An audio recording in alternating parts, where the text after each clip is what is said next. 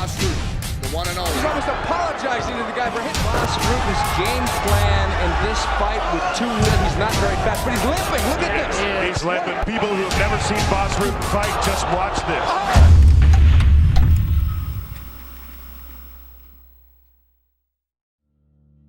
My name is Bas Rutten. I became a professional mixed martial artist. In '93 I started. I won 3 world titles in Japan. I won a world title in America, the UFC. I got inducted into the UFC Hall of Fame. I hold a bunch of black belts on the different kind of arts. I was a Thai boxer. All that together formed me in this crazy person who's now in America, living the American dream, doing some TV work. My early childhood memories, they were not such fun memories. I was a very sick kid. I was born covered in eczema. Then around 4 years old, I attracted rheumatic fever, which had me in the hospital for 3 or 4 months. Couldn't walk. Then when I was 6 years old, we moved from a big city to a smaller village, and that's where suddenly the eczema came back. And it started also, I started having asthma attacks. You know, it was so bad. People don't realize it was not spots of eczema. There were many times that my hands were covered in eczema. It would be this thick on it. And if I would do this, like pus would come out. It was really disgusting. So I could understand other kids, you know, I had long sleeves, turtlenecks. I had to wear gloves, these medicine gloves, these white gloves. And that was before Michael Jackson was hip. So I wasn't hip, trust me. You know, and kids, well, they spread from you. Nobody wants to hang out with you. Man, you have no clue. You know, lay in bed this for 24/7 for 8 days. Try to do that. That's asthma. Not able to eat, not able to drink, like putting a wet cloth in your mouth because otherwise it shoots in your lung. It's really hard. And when I had asthma, my eczema cleared up. And when I had bad eczema, then the asthma will be better. So it goes hand in hand. A lot of kids have that. But my poor mom, man, because in the middle of the night I would scratch it all off again. I would have a tile next to my bed and I would hit constantly because the itching is so bad. It's better to have pain. You know, I would try to get the itching away by hitting a brick or hitting something that I couldn't break, you know, but when I could hurt myself, at least the itching would go away.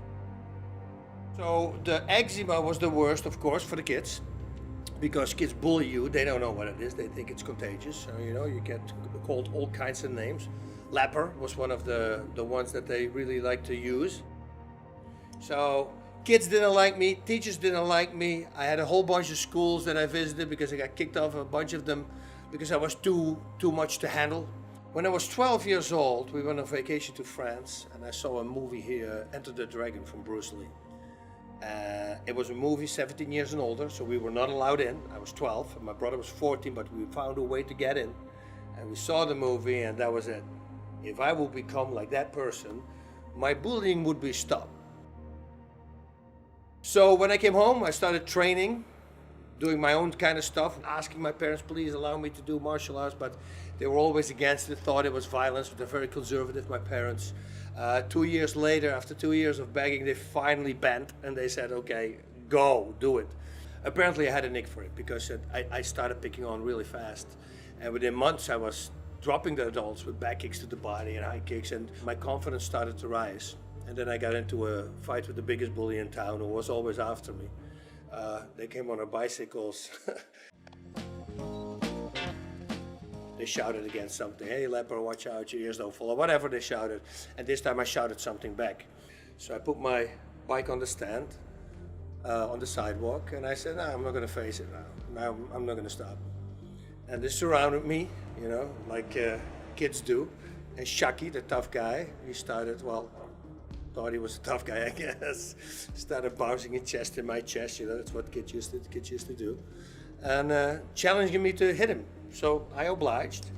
I gave him a right straight that knocked him out, and it broke his nose in the process. That was a problem, because now he had to go to the hospital, and that meant that the police was called, and that meant that my mom and dad had a visit from the police. The things you hear as a kid, you know, what they say to you, and everybody's making fun of you, it's a hard thing to do. You always think that it was a curse, but now you realize it was all a setup. It gave me the motivation. It gave me the power to push through. As a young kid, you have no clue. If somebody would have told me, hey, Bas, in about 20 years from now, you're going to win a world title in that place. And I go, world title? What? Yeah, fighting, whatever, dude. You know, I would have never expected that. September 21st, 1993 was my first time I was fighting in Japan. I lost 3 fights in total by submission, but that last fight really did something to me. This is when I said, okay, if I want to become something in this sport, I'm going to have to learn this game, this ground game. So I started being very vocal. I started asking every single person, every gym I went to, who wants to train with me, who wants to train with me? My poor wife, if I woke her up 6 times in the middle of the night, because I would dream a submission, I would wake her up, I would put her in that submission, and she would go, oh my, I say, your shoulder, right? Your shoulder's hurting? Yeah, okay, I would write it down. I go, okay, next time I would try it out in my gym the next day.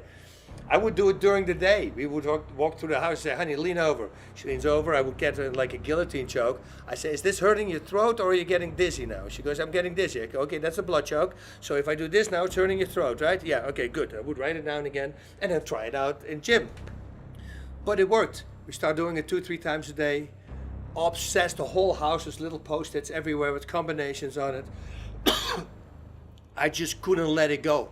And it changed my entire career. I never lost a fight again. I won my next 8 fights by submission. Well, 7 by submission, 1 because I dominated him on the ground. And my last 22 fights, I never lost. I really needed a change at that time. I won so many fights in a row, it started to become kind of null. You know, like 19 fights I won at that time in a row. And I think that it relighted the fire in me to go to the UFC. I always wanted to go to the UFC. Roll another one cause I'm winning. In my photo, looking real photogenic. I went to the UFC. They put a 4-man tournament together, spread out over 2 shows. I was facing Tsuyoshi Kosaka, a Japanese fighter who did really well in that organization, rings I was talking about. That was my first opponent.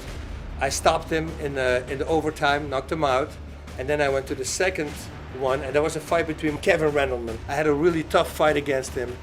He really beat me up in the first 4 minutes. I mean, my eye socket, everything was filled with blood. I lost a contact lens. At that time I was wearing contacts.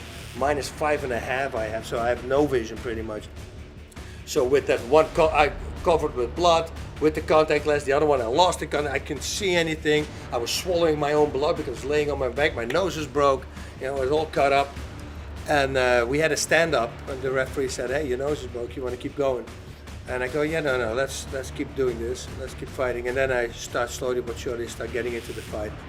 And I start picking him apart, and it went to a decision, it went to a split decision victory, which was in favor of me. And I won that fight. By that time, I wanted to retire the heavyweight belt and going to be the first person who holds 2 belts in 2 different weight classes. That was my goal. But injuries started piling up. I had a bad case of tendonitis. My tendons hurt extremely bad in both arms, and once that hits, you're done. In 1997, I moved to America, May 1997, so it's 20 years ago now. From there, I began into the International Fight League. I started doing a TV show here and there, and then, you know, I met Kevin James. Can't stop it. You cannot stop it.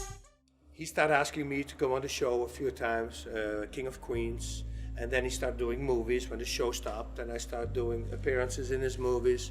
And then the big movie came for me was Here Comes the Boom with Kevin James. I wrestled. I think I know how to stop a shot. Ding, ding, boom, boom. Elbow, elbow, boom. Liver shot, bang, bang. Well, Kevin is a good Catholic and a devout Catholic. So what he does, we were in Vegas, and he has these speakers coming to the set. If there's off time, why not learn a little bit?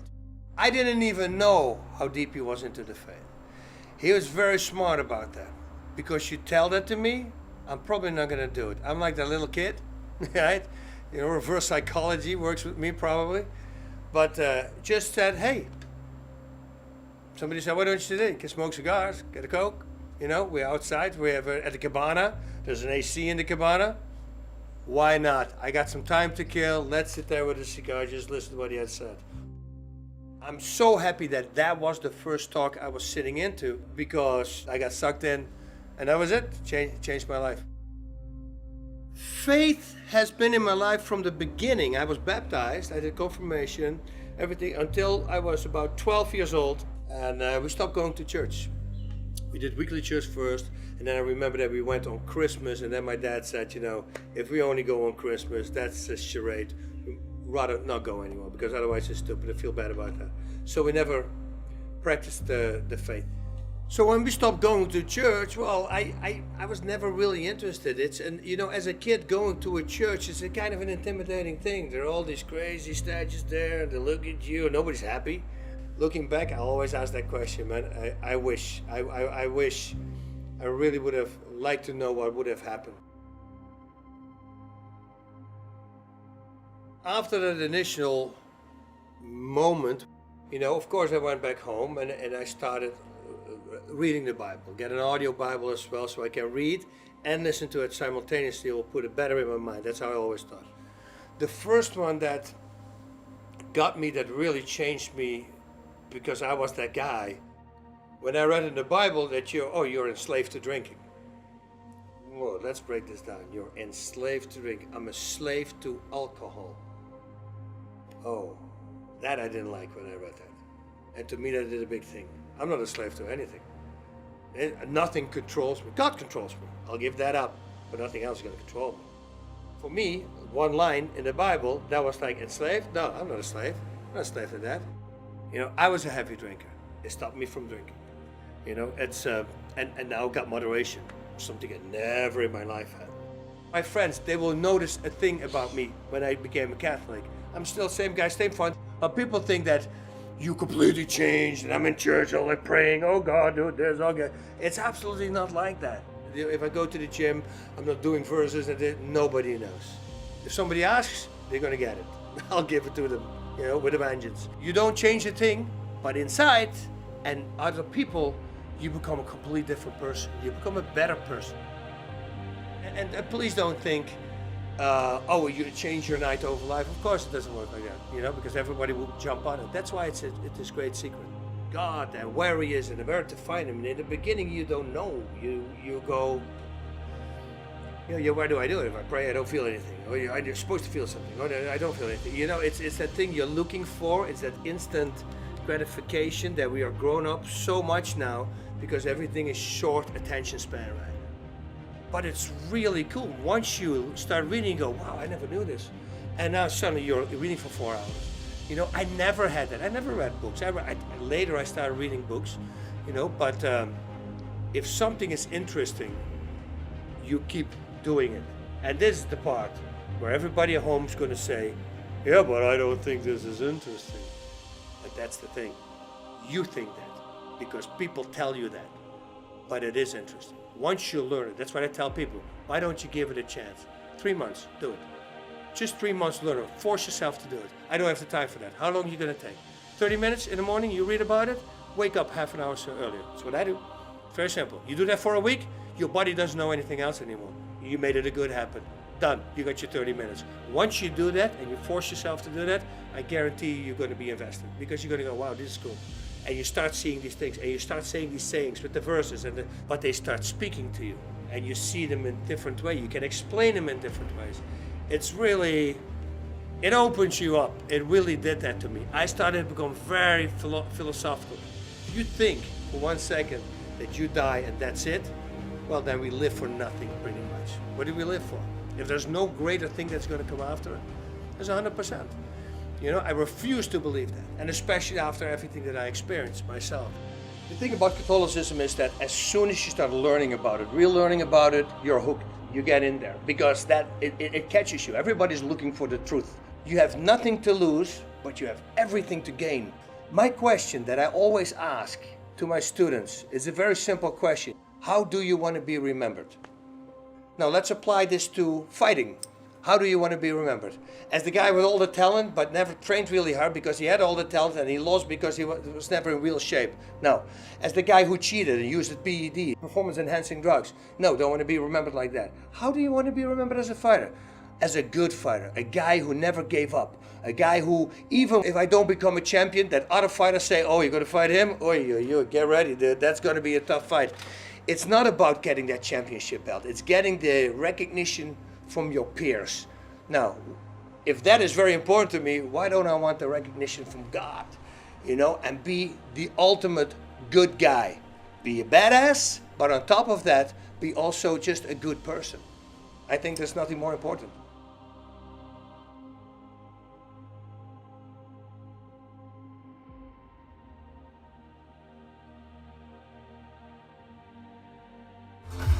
Give me a reason. I gotta know. Do you feel it too? I'm gonna give you my love. I'm gonna give you my love. Speaking words of wisdom, let it be. And in my hour of darkness, she's your hero.